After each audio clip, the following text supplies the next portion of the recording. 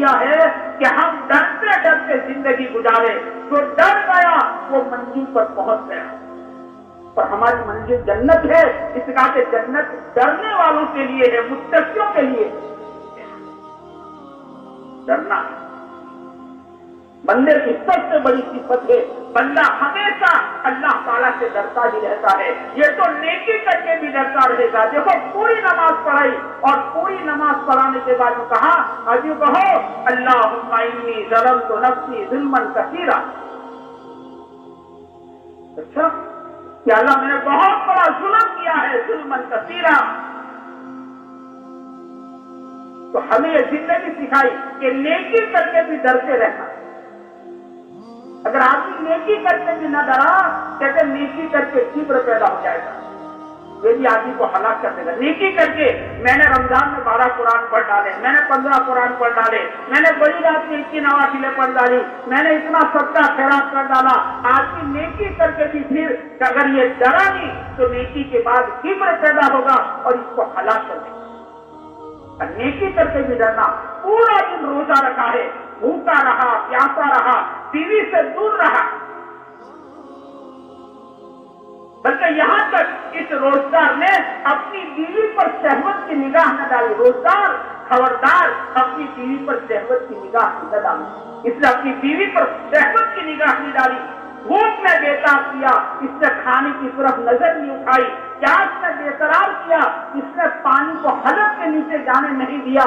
حالانکہ بند bath room میں ٹھنڈے پانی سے وضو کر رہا تھا اور وضو میں کلی کر رہا تھا اور کلی کے لیے پانی منہ میں داخل کیا تھا.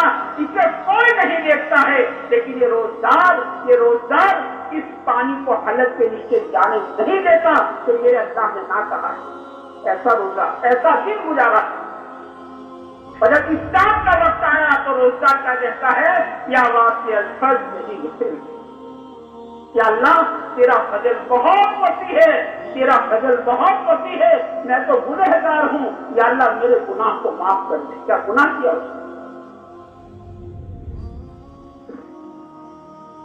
یہ زندگی سکھائی ہے کہ بندہ اس کو کہتے ہیں. یہ تو نیکی کر کے بھی ڈرتا رہتا ہے, نیکی کر کے ڈرنا. تو کہتے ہیں اس نیکی کو کر کے بندہ ڈرتا ہے. روزے رکھ کر ڈرتا رہا, قرآن پڑھ کر ڈرتا رہا, نوافل پڑھ کے ڈرتا رہا, صدقہ خیرات کر کے ڈرتا رہا, کسی کے گھر کا بوجھا ہوا چولہا جلا کر ڈرتا رہا, کسی غریب کے بچوں کے عید کے کپڑوں کا انتظام کر کے بھی ڈرتا رہا, یہ نیکی کر کے بھی ڈرتا رہا. کہتے ہو نیکی اللہ کے وہاں قبول ہو جاتی ہے. بزرگوں نے لکھا ہے کہ کسی حضرت علی فرماتے رضی اللہ تعالیٰ عنہ یہ فرماتے ہیں کہ کام کرنے سے زیادہ کام کی قبولیت کی فکر کرو. یہ سب کام تو بہت کر لیا, عبادت بہت کر لی, تو آیا کتاب میں 7 سال آدمی نماز پڑھتا ہے, اس کی ایک نماز قبول نہیں. بتاؤ کیا کام کرتے ہیں. آیا کتاب میں کہ بعض روزگار ایسے ہیں جن کو سوائے بھوکے اور پیاسے رہنے کو کچھ نہیں ملتا. انہیں کچھ نہیں ملا سوائے بھوکے اور پیاسے رہنے کو کچھ نہیں ملا. بعض سبزیدار راتوں کو جاگنے والے ایسے ہیں جن کو راتوں کے جاگنے کے علاوہ کچھ نہیں ملتا. قبول نہیں ہوا. بتاؤ کیا کریں. ارے عبادت سے اوپر شہادت ہے. وہ شہید ہو گیا. کتاب میں دکھانا شہید ہو گیا, اپنی جان دے دی, لیکن اس کی شہادت قبول نہ ہوئی. بتاؤ انجام کیا ہوا. شہادت قبول نہیں ہوئی. انجام یہ ہوا کہ وہ اللہ تعالیٰ حکم کرے کہ اسے اونچے منہ گھسیٹ کر جہنم میں جھونک دو, حالانکہ اس نے جان دے دی ہے. جان قبول نہیں. اور وہ 100 قاتل, 1 نہیں 2 نہیں 10 نہیں 20 نہیں, جس نے 100 قتل کیا, 100 قاتل, بتاؤ کیسا گنہگار. لیکن ڈر پیدا ہو گیا, ڈر. اس سے ہمارے حضرت فرماتے ہیں کہ جو بندہ اپنے آپ کو گنہگار سمجھے کہ میں گنہگار ہوں, ہمیشہ اپنے آپ کو گنہگار سمجھنا, یہ آدم علیہ السلام کا راستہ ہے. ظلمنا انفسنا وان لم تغفر لنا وترحمنا لنكونن من الخاسرین. ہمیشہ اپنے آپ کو گنہگار سمجھنا، ہمیشہ اپنے آپ کو قصوروار سمجھنا، یہ آدم علیہ السلام کا راستہ ہے اور یہ اللہ کو پہنچا دے گا.